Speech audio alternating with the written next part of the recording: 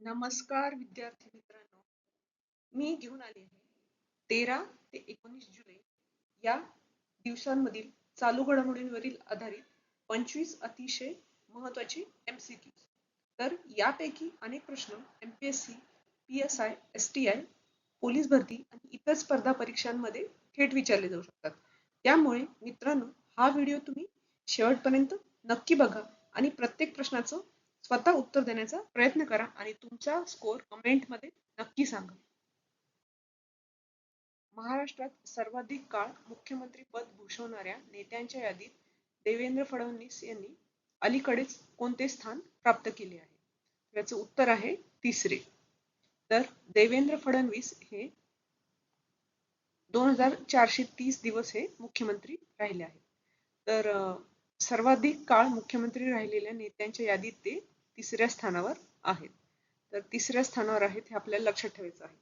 तर सर्वाधिक काळ मुख्यमंत्री राहिलेल्या व्यक्तीच्या यादीत पहिले स्थान मिळवले आहे वसंतराव नाईक यांनी.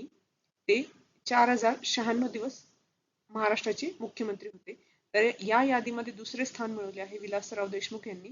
ते 2686 दिवस महाराष्ट्राचे मुख्यमंत्री होते. आणि या यादीमध्ये नुकतेच देवेंद्र फडणवीस यांनी तिसरे स्थान पटकावले आहे. तर याच्यामध्ये आपल्याला त्यांचे दिवस किती वर्ष ते मुख्यमंत्री राहिले आहेत हे लक्षात ठेवायचं आहे. ते या यादीत कितव्या स्थानावर आहेत हे पण लक्षात ठेवायचं आहे. आणि या यादीमध्ये पहिले आणि दुसऱ्या स्थानावर कोणते व्यक्ती आहेत हे पण आपल्याला लक्षात ठेवायचं आहे. तर हा एक महत्त्वाचा प्रश्न आहे परीक्षेच्या दृष्टीने. चला आता आपण पुढील प्रश्न बघू. लॉर्ड्स मैदानावर पहिल्यांदाच महिला कसोटी शतक झळकवणारी भारतीय खेळाडू कोण ठरली आहे? तर लॉर्ड्स मैदानावर महिला कसोटी शतक झळकवणारी भारतीय खेळाडू ठरली आहे यास्तिका भाटिया. यास्तिका भाटिया हे याचं योग्य उत्तर आहे. तर इंग्लंड विरुद्ध लॉर्ड्स कसोटीत 113 धावांचे शानदार शतक तिने केले आहे. तर लॉर्ड्स कसोटी शतक करणारी ती पहिली भारतीय महिला खेळाडू ठरली आहे. आणि हा सामना भारताने ऐतिहासिक 270 धावांनी जिंकला आहे. तर याच्यामध्ये आपल्याला महत्त्वाचं लक्षात ठेवायचं आहे पॉइंट, यास्तिका भाटिया नाव लक्षात ठेवायचं आहे. कोणत्या मैदानावर? लॉर्ड्स मैदानावर कसोटी शतक झळकवणारी पहिली भारतीय महिला खेळाडू आहे यास्तिका भाटिया. चला आता आपण पुढील प्रश्न बघू. जुलै 2026 मध्ये ICC हॉल ऑफ फेम मध्ये समावेश होणारी भारताची तिसरी महिला क्रिकेटपटू कोण ठरली आहे? तर हा एक महत्त्वाचा प्रश्न आहे. ICC हॉल ऑफ फेम मध्ये समावेश होणारी भारताची तिसरी महिला क्रिकेटपटू कोण ठरली आहे? तर याचं उत्तर आहे अंजुम चोप्रा. अंजुम चोप्रा हे याचं योग्य उत्तर आहे. तर भारताच्या महिला क्रिकेट संघाच्या त्या माजी कर्णधार होत्या. त्या भारताच्या तिसऱ्या महिला क्रिकेटपटू ठरल्या आहेत ज्यांना हा बहुमान मिळाला आहे. तर त्या भारताच्या 13व्या हॉल ऑफ फेम क्रिकेटपटू ठरल्या आहेत. तर त्या या भारताच्या तिसऱ्या महिला क्रिकेटपटू ठरल्या आहेत हे आपल्याला लक्षात ठेवायचं आहे. तर पहिल्या दोन कोण होत्या ICC हॉल ऑफ फेम मध्ये समाविष्ट होणाऱ्या भारतीय क्रिकेटपटू महिला? तर पहिल्या होत्या 2023 मध्ये डायना एडुलजी ह्या पहिला भारतीय महिला होत्या ज्यांचा समावेश ICC हॉल ऑफ फेम मध्ये करण्यात आला आहे. आणि 2025 मध्ये नीतू डेव्हिड यांचा समावेश झाला ICC हॉल ऑफ फेम मध्ये. तर या प्रश्नामध्ये आपल्याला महत्त्वाचे पॉइंट्स कोणते लक्षात ठेवायचे आहेत? तर अंजुम चोप्रा यांचं नाव लक्षात ठेवायचं आहे. कितव्या क्रिकेटपटू ठरल्या आहेत ICC हॉल ऑफ फेम मध्ये समावेश होणाऱ्या हे आपल्याला लक्षात ठेवायचं आहे. आणि मागे कोण महिला क्रिकेटपटू या यादीमध्ये समाविष्ट झाले आहे या दोन महिला क्रिकेटपटूंची नावही आपल्याला लक्षात ठेवायचं आहे. तर हा एक महत्त्वाचा प्रश्न आहे. चला आता आपण पुढील प्रश्न बघू. द सेकंड ऑर्बिट हे पुस्तक खालीलपैकी कोणाचे आहे? तर हा एक महत्त्वाचा प्रश्न आहे. याचं उत्तर आहे शुभांशु शुक्ला. शुभांशु शुक्ला हे याचं योग्य उत्तर आहे. तर IF group captain Shubhanshu Shukla यांनी हे पुस्तक लिहिले आहे. तर एक्झिओम 4 मिशन आणि त्यांच्या अंतराळ प्रवासाचे सविस्तर रोमांचक अनुभव या पुस्तकात मांडले आहेत. तर पेंग्विन रँडम हाऊस इंडियाने ह्या पुस्तकाचे प्रकाशन केले आहे. तर द सेकंड ऑर्बिट हे जे पुस्तक आहे हे कोणी लिहिले आहे तर शुभांशु शुक्ला यांनी. तर याच्यामध्ये आपल्याला पुस्तकाचे नाव लक्षात ठेवायचे आहे आणि या पुस्तकाचे लेखक कोण आहेत हे आपल्याला लक्षात ठेवायचे आहे. हे 2 पॉइंट आपल्याला लक्षात ठेवायचे आहेत. चला आता आपण पुढील प्रश्न बघू. जुलै 2026 मध्ये आयसीसी हॉल ऑफ फेम मध्ये समावेश होणारे 12वे भारतीय खेळाडू कोण ठरले आहेत? तर याचं उत्तर आहे सौरव गांगुली. सौरव गांगुली हे याचं योग्य उत्तर आहे. तर सौरव गांगुली हे आयसीसी हॉल ऑफ फेम मध्ये समाविष्ट होणारे 12वे भारतीय खेळाडू ठरले आहेत. त्यांच्या आंतरराष्ट्रीय क्रिकेट मधील त्यांच्या अतुलनीय योगदानाबद्दल त्यांना हा सर्वोच्च सन्मान देण्यात आला आहे. तर आयसीसी हॉल ऑफ फेम ची स्थापना 2009 मध्ये करण्यात आली. याच्या आधी आपण एक प्रश्न बघितला होता. त्याच्यामध्ये महिला क्रिकेटपटू ज्यांचं आयसीसी हॉल ऑफ फेम मध्ये समावेश झाला आहे ते आहे अंजुम चोप्रा. आणि जुलै 2026 मध्ये अजून भारतीय कोण खेळाडू समाविष्ट झाले आहेत तर सौरव गांगुली यांचा समावेश आयसीसी हॉल ऑफ फेम मध्ये करण्यात आला आहे. तर याच्यामध्ये आपल्याला त्यांचं नाव लक्षात ठेवायचं आहे. हा एक महत्वाचा प्रश्न आहे. चला आता आपण पुढील प्रश्न बघू. उत्तर प्रदेश सरकारने अयोध्येतील भदरसा भदरसा शहराचे नवीन नाव काय ठेवले आहे? तर याचं उत्तर आहे भारत नगर. भारत नगर हे याचं योग्य उत्तर आहे. भदरसा या शहराचे नाव भारत नगर हे ठेवले आहे. तर उत्तर प्रदेशचे मुख्यमंत्री योगी आदित्यनाथ यांनी ही अधिकृत घोषणा केली. तर भगवान श्रीराम यांचे बंधू भरत यांच्या स्मृती जतन करण्यासाठी आणि सांस्कृतिक वारशाचा गौरव करण्यासाठी हे नामांतर करण्यात आले आहे. तर याच्यामध्ये आपल्याला हे 2च पॉइंट्स लक्षात ठेवायचे आहे की भदरसा हे जुने नाव आहे आणि नवीन नाव काय आहे भारत नगर. आणि भदरसा हे जे शहर हे कुठे आहे हे उत्तर प्रदेशमध्ये आहे. तर हा पण एक महत्वाचा पॉइंट आहे. हा आपल्याला लक्षात ठेवायचा आहे. चला आता आपण पुढील प्रश्न बघू. भारतातील पहिले गव्हर्नमेंट ड्रिव्हन एआय विद्यापीठ कोणत्या शहरात स्थापन करण्यात येणार आहे? तर याचं उत्तर आहे बँगलोर. बँगलोर हे याचं योग्य उत्तर आहे. तर हा एक कर्नाटक सरकारचा महत्वाकांक्षी उपक्रम आहे. तर हे भारतातील पहिले शासकीय सहाय्यित म्हणजेच गव्हर्नमेंट ड्रिव्हन एआय युनिव्हर्सिटी ठरली आहे. तर एआय संशोधन, शिक्षण आणि संबंधित स्टार्टअपसाठी भक्कम परिसंस्था मजबूत करणे हा या मागील उद्देश आहे. तर एआय विद्यापीठ कोणत्या शहरात सुरू करण्यात आले आहे? तर याचं योग्य उत्तर आहे बँगलोर. बँगलोर हे याचं योग्य उत्तर आहे. तर बँगलोर या शहराचे नाव लक्षात ठेवायचे आहे. चला आता आपण पुढील प्रश्न बघू. 2026 विम्बल्डन महिला एकेरीची विजेती कोण ठरली आहे? तर विम्बल्डन ही जी टेनिस स्पर्धा आहे या स्पर्धेमध्ये महिला एकेरी या स्पर्धेमध्ये कोणी विजेतेपद पटकावले आहे? तर याचं उत्तर आहे लिंडा नोस्कोवा. लिंडा नोस्कोवा हे याचं योग्य उत्तर आहे. तर लिंडा नोस्कोवा या झेक प्रजासत्ताकच्या खेळाडू आहेत. तर अंतिम फेरीत त्यांनी कॅरोलिना मुचोस्वा हिचा पराभव केला आहे. तर याच्यामध्ये आपल्याला महत्वाचा पॉईंट लक्षात ठेवायचा आहे. विम्बल्डन 2026 मध्ये महिला एकेरीची विजेती ठरली आहे लिंडा नोस्कोवा. कोणत्या देशाची आहे हे पण आपल्याला लक्षात ठेवायचे आहे. आणि अंतिम फेरीत तिने कोणाचा पराभव केला हा पण एक महत्वाचा पॉइंट आहे. हे 3 पॉइंट आपल्याला लक्षात ठेवायचे आहेत. चला आता आपण पुढील प्रश्न बघू. भारतातील पहिले हाय altitude medicine and public health research centre कोठे स्थापन करण्यात येत आहे? तर याचं उत्तर आहे केलॉंग लाहौल स्पिती हिमाचल प्रदेशमध्ये. केलॉंग लाहौल स्पिती हिमाचल प्रदेशमध्ये. तर आयसीएमआर हे केंद्र केलॉंग हिमाचल प्रदेश येथे स्थापित करत आहे. तर हे केंद्र उच्च उंचीवरील आरोग्य समस्या व सार्वजनिक आरोग्याशी संबंधित संशोधनासाठी समर्पित असेल. तर हा एक महत्वाचा पॉइंट आहे की भारतातील पहिले हाय altitude medicine and public health research centre कुठे स्थापन करण्यात आले? तर आपल्याला राज्याचं नाव लक्षात ठेवलं तरी आपण चालतं. तर याचं उत्तर आहे हिमाचल प्रदेश. चला आता आपण पुढील प्रश्न बघू. ग्लोबल लिव्हएबिलिटी इंडेक्स 2026 मध्ये प्रथम क्रमांक कोणत्या शहराला मिळाला आहे? तर याचं उत्तर आहे कोपनहेगन. हेगन. कोपनहेगन हे असं योग्य उत्तर आहे. तर इकॉनॉमिस्ट इंटेलिजन्स युनिटने हा अहवाल प्रसिद्ध केला आहे. तर यामध्ये 173 जागतिक शहरांचे राहणीमान गुणवत्तेनुसार मूल्यमापन करण्यात आले आहे. तर यामध्ये प्रथम क्रमांक मिळवला आहे ग्लोबल लिव्हएबिलिटी इंडेक्स 2026 मध्ये प्रथम क्रमांक मिळवला आहे कोपनहेगन डेन्मार्क मधील.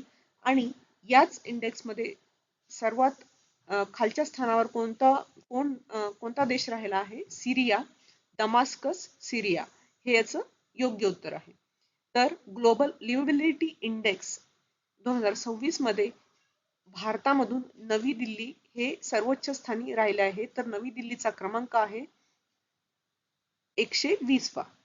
तर याच्यामध्ये खूप महत्वाचे पॉइंट्स आपल्याला लक्षात ठेवायचे आहे. एक तर या इंडेक्सचं नाव काय आहे? Global liveability index 2026.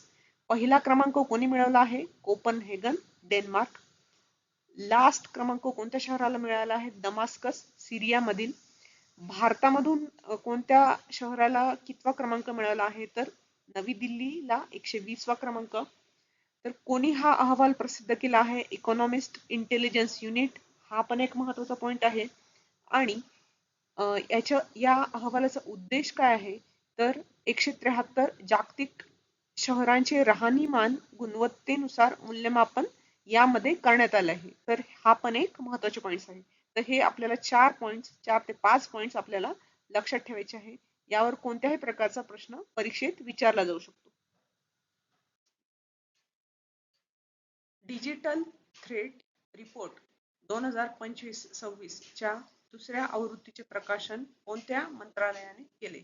याचे योग्य उत्तर आहे माहिती व तंत्रज्ञान मंत्रालय. माहिती व तंत्रज्ञान मंत्रालय. तर माहिती व तंत्रज्ञान मंत्रालयाद्वारे ही अहवालाची दुसरी आवृत्ती नुकतीच प्रसिद्ध करण्यात आली. तर हा अहवाल बँकिंग, वित्तीय सेवा आणि डिजिटल पेमेंट क्षेत्रातील सायबर धोक्यांचे सूक्ष्म विश्लेषण करतो. तर याचं उद्दिष्ट आहे सायबर सुरक्षा आणि लवचिकता म्हणजेच सायबर रेझिलियन्स अधिक मजबूत करणे. तर चला आता आपण पुढील प्रश्न बघू. भारतातील 6वे पूर्ण साक्षर म्हणजेच फुल्ली लिटरेट राज्य म्हणून कोणत्या राज्याला मान्यता देण्यात आली आहे? तर याचं योग्य उत्तर आहे उत्तराखंड. उत्तराखंड हे याचं योग्य उत्तर आहे. तर उत्तराखंडचा साक्षरता दर सध्या आहे 98% पेक्षा जास्त. म्हणून या राज्याला फुल्ली लिटरेट म्हणून मान्यता देण्यात आली आहे. तर राष्ट्रीय शिक्षण धोरण 2020 अंतर्गत राबवलेल्या ULLAS कार्यक्रमातील प्रौढ साक्षरतेचे निकष या राज्याने पूर्ण केले आहेत. तर हे जे फुल्ली लिटरेट म्हणजे पूर्ण साक्षर जे उत्तराखंडला 6वं राज्य म्हणून मान्यता देण्यात आली आहे. तर या क्रमवारीत पहिली 5 राज्ये कोणती आहेत? तर पहिलं राज्य आहे मिझोरम, दुसरं आहे गोवा, तिसरं आहे त्रिपुरा, चौथा आहे केरळ, 5वा आहे सिक्कीम आणि आता 6वा आहे उत्तराखंड. तर हा एक खूप महत्वाचा प्रश्न आहे. कारण की याच्यामध्ये खूप महत्वाचे पॉइंट्स आहेत. या प्रश्नामध्ये आपल्याला उत्तराखंड हे राज्य लक्षात ठेवायचे आहे फुल्ली लिटरेट हे राज्य आहे. कारण की या राज्यामध्ये 98 पेक्षा अधिक साक्षरता दर नोंदवण्यात आला आहे. त्याच्यामध्ये उत्तराखंड हे राज्य लक्षात ठेवायचे आहेत. ह्या 6ही राज्य आपल्याला लक्षात ठेवायचे आहेत. फुल्ली लिटरेट कोणत्या राज्याला मान्यता देण्यात आली आहे. याच्यामध्ये मिझोरम हा पण एक महत्वाचा पॉइंट आहे. हे पहिलं राज्य आहे. तर हे आपल्याला महत्वाचे पॉइंट्स आहे हे आपल्याला लक्षात ठेवायचे आहे. चला आता आपण पुढील प्रश्न बघू. पिल्लाले संपदा ही योजना कोणत्या राज्य सरकारने सुरू केली आहे? तर याचं उत्तर आहे आंध्र प्रदेश. आंध्र प्रदेश हे याचं योग्य उत्तर आहे. तर आंध्र प्रदेशचे मुख्यमंत्री एन चंद्राबाबू नायडू यांनी ही महत्वाची योजना सुरू केली आहे. तर राज्यातील घटता जन्मदर आणि वाढती वृद्ध संख्या यावर नियंत्रण मिळवण्यासाठी हे पाऊल उचलले गेले आहे. तर या अंतर्गत काय होणार आहे? तर या योजनेअंतर्गत तिसऱ्या आणि चौथ्या अपत्याच्या जन्मासाठी सरकार आर्थिक प्रोत्साहन देईल. तर याच्यामध्ये आपल्याला महत्त्वाचे पॉइंट्स लक्षात ठेवायचे आहेत. ही योजना पिल्लाले संपदा, राज्य कोणतं आहे? आंध्र प्रदेश. आणि या अंतर्गत काय करणार आहे तर तिसऱ्या आणि चौथ्या अपत्याच्या जन्मासाठी सरकार आर्थिक प्रोत्साहन देण्यात येणार, सरकारद्वारे आर्थिक प्रोत्साहन देण्यात येणार आहे. तर हे महत्त्वाचे पॉइंट्स आपल्याला लक्षात ठेवायचे आहेत. तर पिल्लाले संपदा योजनेअंतर्गत तिसऱ्या अपत्याच्या जन्मासाठी किती आर्थिक मदत दिली जाणार आहे? तर आत्ताच आपण पिल्लाले संपदा ही योजना बघितली. तर तिसऱ्या अपत्याच्या जन्मासाठी सरकारद्वारे 30,000 रुपयांची आर्थिक मदत देण्यात येणार आहे. तर तिसऱ्या अपत्याच्या जन्मासाठी 30,000 ही एवढी मदत देण्यात येणार आहे. तर चौथ्या अपत्याच्या जन्मासाठी 40,000 रुपयेची मदत दिली जाईल. तर लोकसंख्येचे संतुलित प्रमाण राखणे हे या योजनेचे मूळ उद्दिष्ट आहे. तर या योजनेचं आपल्याला उद्दिष्ट पण लक्षात ठेवायचे आहे या प्रश्नामध्ये. आणि किती आर्थिक मदत देण्यात येणार आहे तिसऱ्या अपत्यासाठी आणि चौथ्या अपत्यासाठी, तर हे पण आपल्याला लक्षात ठेवायचे आहे. चला आता आपण पुढील प्रश्न बघू.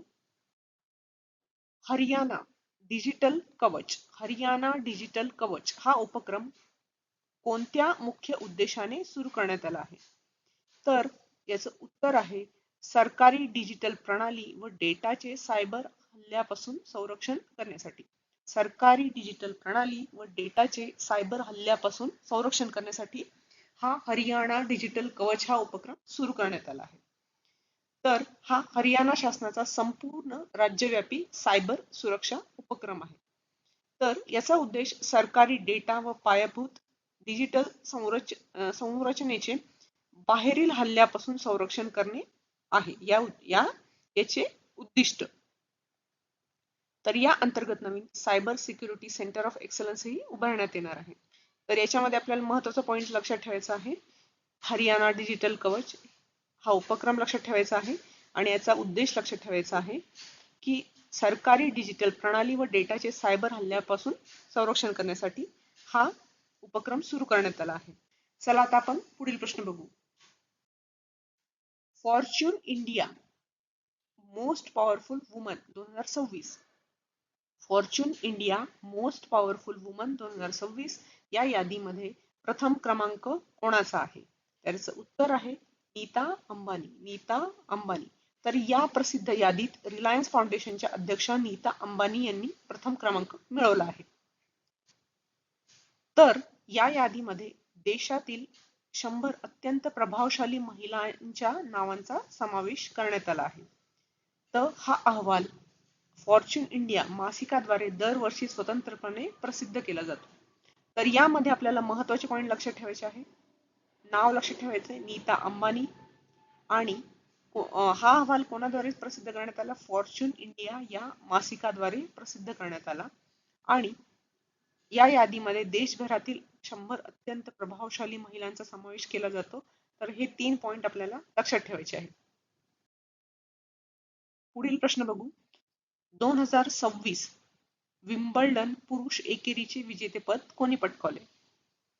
2026 विम्बल्डन पुरुष एकेरीचे विजेतेपद कोणी पटकावले?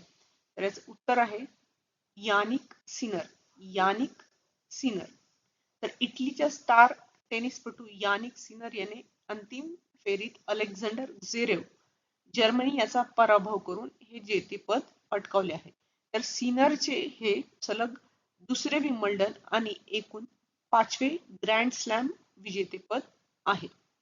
तर यामध्ये आपल्याला महत्त्वाचा पॉइंट लक्षात ठेवायचे विम्बल्डन 2026 पुरुष एकेरीचे विजेतेपद मिळाले आहे यानिक सिनर याला. तर यानिक सिनर हा आहे इटलीचा. हा पण एक महत्त्वाचा पॉइंट आहे.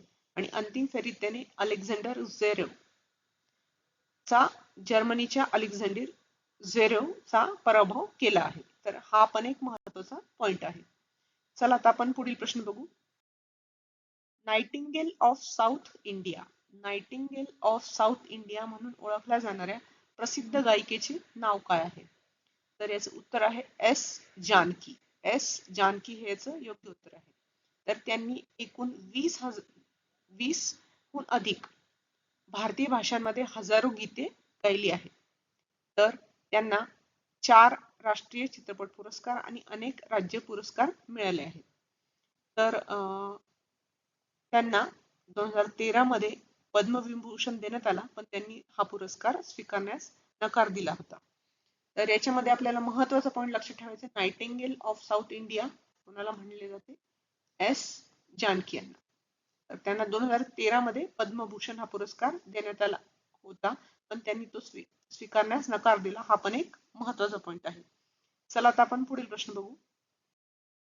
टाइम आउटच्या वर्ल्ड हॅपीएस्ट सिटीज 2026 सर्वेक्षणात कोणत्या भारतीय शहराला जागतिक स्तरावर 6वा क्रमांक मिळाला आहे? म्हणजेच वर्ल्ड हॅपीएस्ट सिटी 2026 मध्ये कोणत्या शहराला 6वा क्रमांक मिळाला आहे? उत्तर आहे जयपूर. जयपूर हे याचं योग्य उत्तर आहे. तर जागतिक स्तरावर टॉप 10 मध्ये स्थान मिळवणारे जयपूर हे एकमेव भारतीय शहर ठरले आहे. तर हे जे वर्ल्ड हॅपीएस्ट सिटी आहे याच्यामध्ये पहिला क्रमांक मिळवला आहे इंग्लंड मधील बाथ शहराने. तर या सर्वेक्षणात संस्कृती, सार्वजनिक मोकळी जागा व समुदाय भावना या निकषांवर मूल्यमापन केले जाते.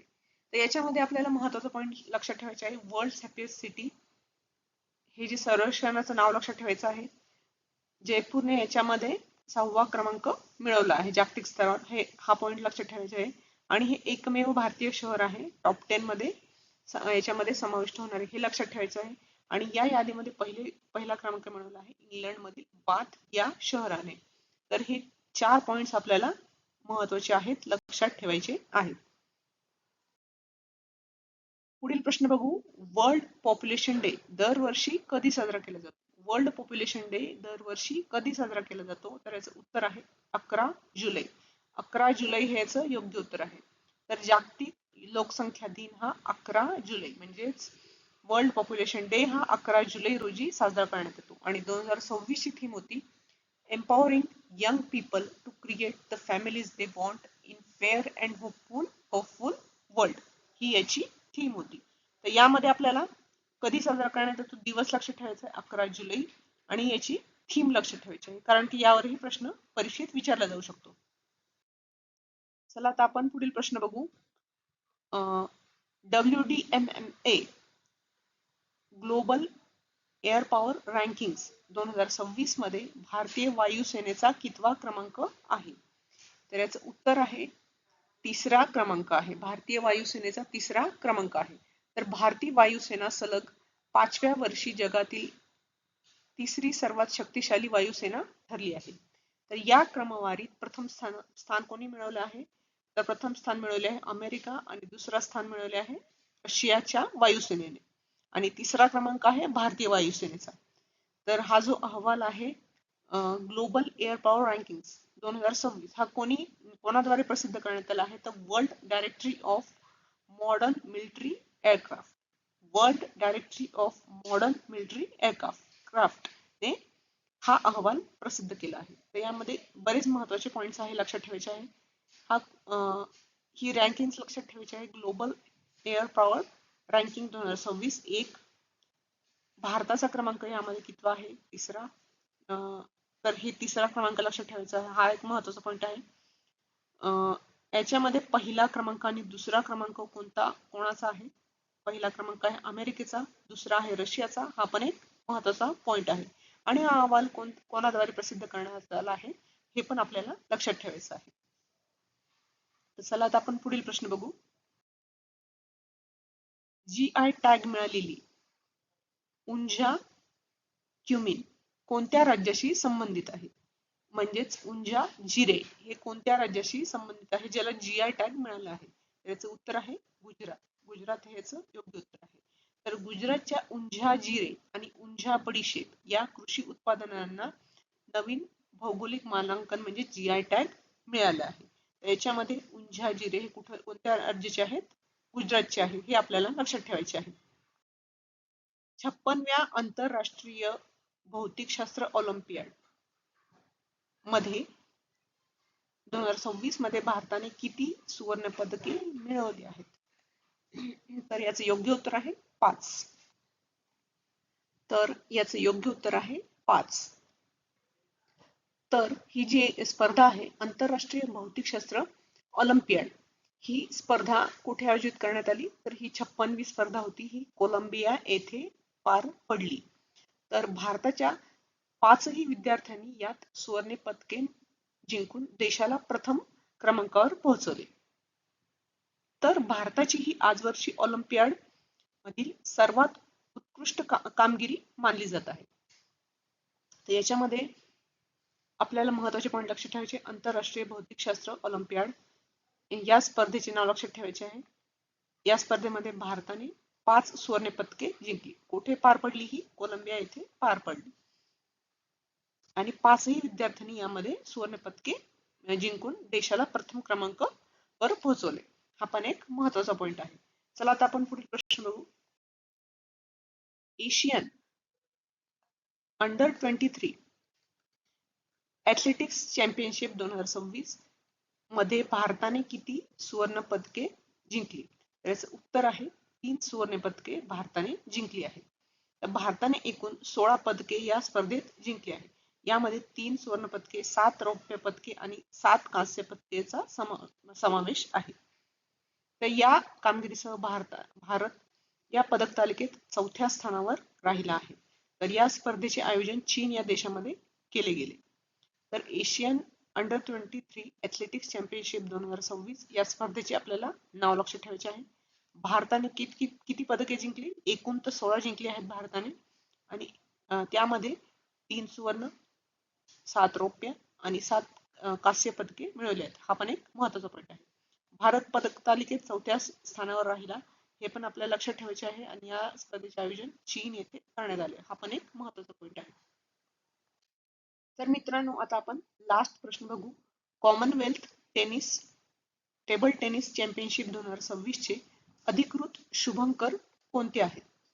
तर अधिकृत मॅस्कॉट कॉमनवेल्थ टेबल टेनिस चॅम्पियनशिप 2026 चा मॅस्कॉट आहे, अधिकृत मॅस्कॉट आहे मयूर.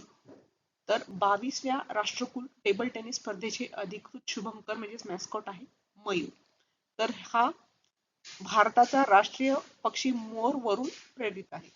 तर या स्पर्धेचे आयोजन नवी दिल्लीत त्यागराज स्टेडियम येथे करण्यात आले आहे. तर याच्यामध्ये आपल्याला महत्त्वाचा पॉईंट लक्षात ठेवायचा आहे, कॉमनवेल्थ टेबल टेनिस चॅम्पियनशिप 2026 या स्पर्धेचे नाव लक्षात ठेवायचे आहे आणि मॅस्कॉटचे पण आपल्याला नाव लक्षात ठेवायचे आहे. तर मित्रांनो, हे होते आजचे प्रश्न. तुम्हाला आजचे जे प्रश्न आहेत, या प्रश्नामध्ये तुम्हाला एक प्रश्न मी विचारते. तर या प्रश्नांमध्ये तुम्हाला या प्रश्नाचे उत्तर कमेंटमध्ये सांगायचे आहे. तर आताच आपण 25 प्रश्न बघितले. त्यामध्ये आपण उंझा जिरे या उंझा जिरेला GI टॅग मिळाला आहे. ही बातमी नुकतीच आपण ऐकली. तर हा जो उंझा जिरे आहे, हा कोणत्या राज्याशी संबंधित आहे? आपल्याला हे कमेंटमध्ये सांगायचे आहे. तर हे होते आजचे प्रश्न. तर मित्रांनो, तुम्हाला आजचा व्हिडिओ कसा वाटला हे कमेंटमध्ये नक्की सांगा. आणि तुम्हाला जर आजचा व्हिडिओ आवडला असेल तर या व्हिडिओला नक्की लाईक करा आणि आपल्या मित्रांबरोबर शेअर करा. आणि अशाच दर्जेदार चालू घडामोडींवरील प्रश्नांसाठी आजच MPSC एक्झाम गाईड या YouTube चॅनलला नक्की सबस्क्राईब करा. धन्यवाद.